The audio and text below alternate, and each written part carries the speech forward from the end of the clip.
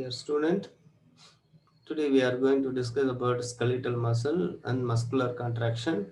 The uh, the outermost layer we used to call it as epimysium, and innermost layer we used to call it as endomysium, and in between epi and endomysium there is a perimysium. So this is the picture shows very clearly about the muscle and tendon. The bone is connected muscle via or with help of tendon only. Tendon is a, it is not a muscle, it's a white color fibrous tissue. And after tendon there is a muscle belly. The muscle belly, there are more than 100 or 1000 muscle fibers connected together and make it as a muscle belly.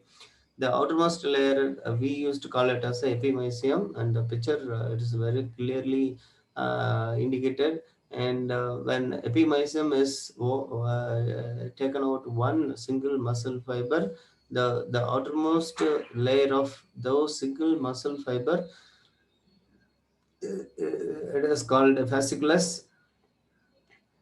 And when you open fasciculus there is a endomysium. It is very clearly there are shown that there are more than 100 muscle fiber. When you take out one muscle fiber from endomysium, there is a myofilament. In the myofilament, the outermost layer we used to call it as a sarcolemma. And after opening the sarcolemma, there is a sarcoplasm and myofibril or myofilament, and in between there is a nuclei. The single muscle fiber we used to call it as a myofibril. Those myofibril, it is going to contact each other or make it as a muscular contraction. And this is about the neural impulses from your brain. Your hypothalamus sends some command to final spinal cord. The spinal cord pass the information to peripheral nervous system.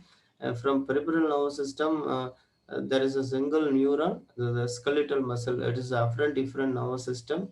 So during neural impulses, it is travel along the sarcolemma.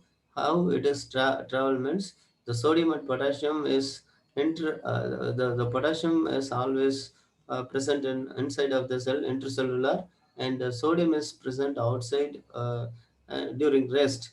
This is next stage. The sodium is rushed into out, and immediately potassium is rushed into inside, so that the sodium and potassium crossing each other, or it will come out and it will go like that. The neural impulses travel along the neural and muscular muscle fiber, and finally it reaches to neuromuscular junction.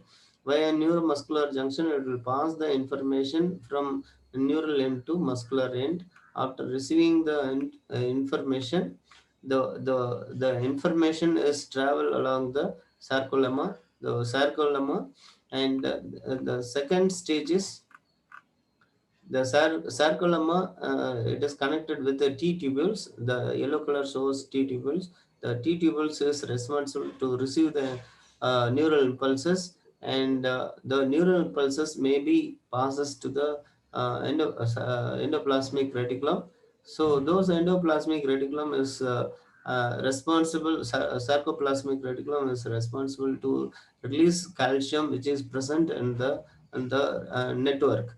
So after releasing calcium, your muscle is responsible to contract each other. How the calcium is going to make active sites both in the actin and myosin. So during the actin and myosin is get uh, activated, so that those activation, because of those activation, the active sites is created. Those active sites, it is opposite opposite pole, so that it will easily attract each other. Because of this attraction, the muscular during muscular contraction, it will pull each other, so that the The red color shows myosin and the yellow color shows actin. During muscular contraction, the myosin will be stable. The actin only it will cross over the myosin, so that the myosin head is touch troponin, so that muscular contraction is possible. So during muscular contraction, the actin it is going to slide over the myosin, so that muscular contraction is possible. So during muscular contraction, the picture shows the head portion of myosin. It will erect and touch the troponin, so that muscular contraction is possible. So in this picture, it is clearly shows that the muscular contraction. How we can see.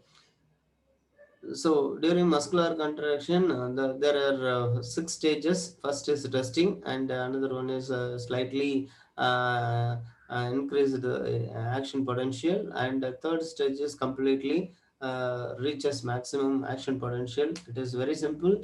The resting stage, there is a adenosine triphosphate. Phosphate will be alone. So when the action potential is started in the muscle, the active sites is created, so that adenosine diphosphate it will coupling with one more phosphate, either in the form of phosphocreatine or phospho inorganic phosphate, so that one phosphate is derived from creatine phosphate, so that the adenosine diphosphate may be adenosine triphosphate. After combination of adenosine triphosphate, uh, uh, the adenosine triphosphate is going to break one phosphate, releasing of energy. Those energy may be utilized for your muscular contraction. And so during muscular contraction, the adenosine diphosphate is attached to myosin. The myosin head is responsible. The magnesium and the myosin head is responsible to coupling of troponin, tropomyosin, and G-actin together and form a thread. And this is another area. After attaching calcium only, the trigger is started. Immediately ATP is produced. After producing of ATP, one phosphate is liberated. Because of one phosphate is breakdown, the energy is passes to the working muscle. So the metabolic process is started and initiated. The glycogen is converted um, from glycogen into glucose, so that the excess energy may be liberated in the form of muscular contraction, or during exercise we need more energy. Those energy is derived from muscle means in the form of muscular contraction. Muscular contraction means in the form of the glycogen conversion. So the excess glycogen may be converted and utilized for your muscular contraction and maintain your body temperature. So it's very simple. You can see during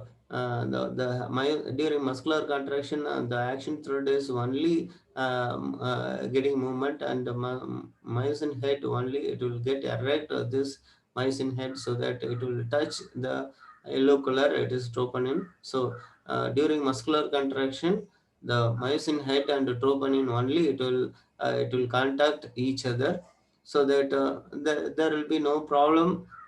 So the myosin head it won't touch any other portion of the thread. So when you talk about thread, the actin thread is three protein. uh, Two protein is one kind of protein, and another one is different protein. So during muscular contraction, this protein only it will work. So already I told you, during muscular contraction there is no change in the red portion is myosin. The line portion is actin. So during muscular contraction, there is no movement, there is no portion change in the myosin, only change in the actin only. So the second picture it is clearly indicated that there is no I mean movement in the myosin thread. only the changes in the action thread. So this is about myosin head, and another picture is clearly identified that. So during muscular contraction, this is possible.